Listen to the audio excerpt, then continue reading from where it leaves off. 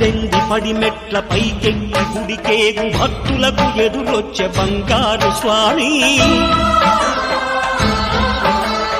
ఇరుముడులు స్పృశించి శుభమనుచు దీవించి జన బృందముల చేరే జగమేలు స్వామి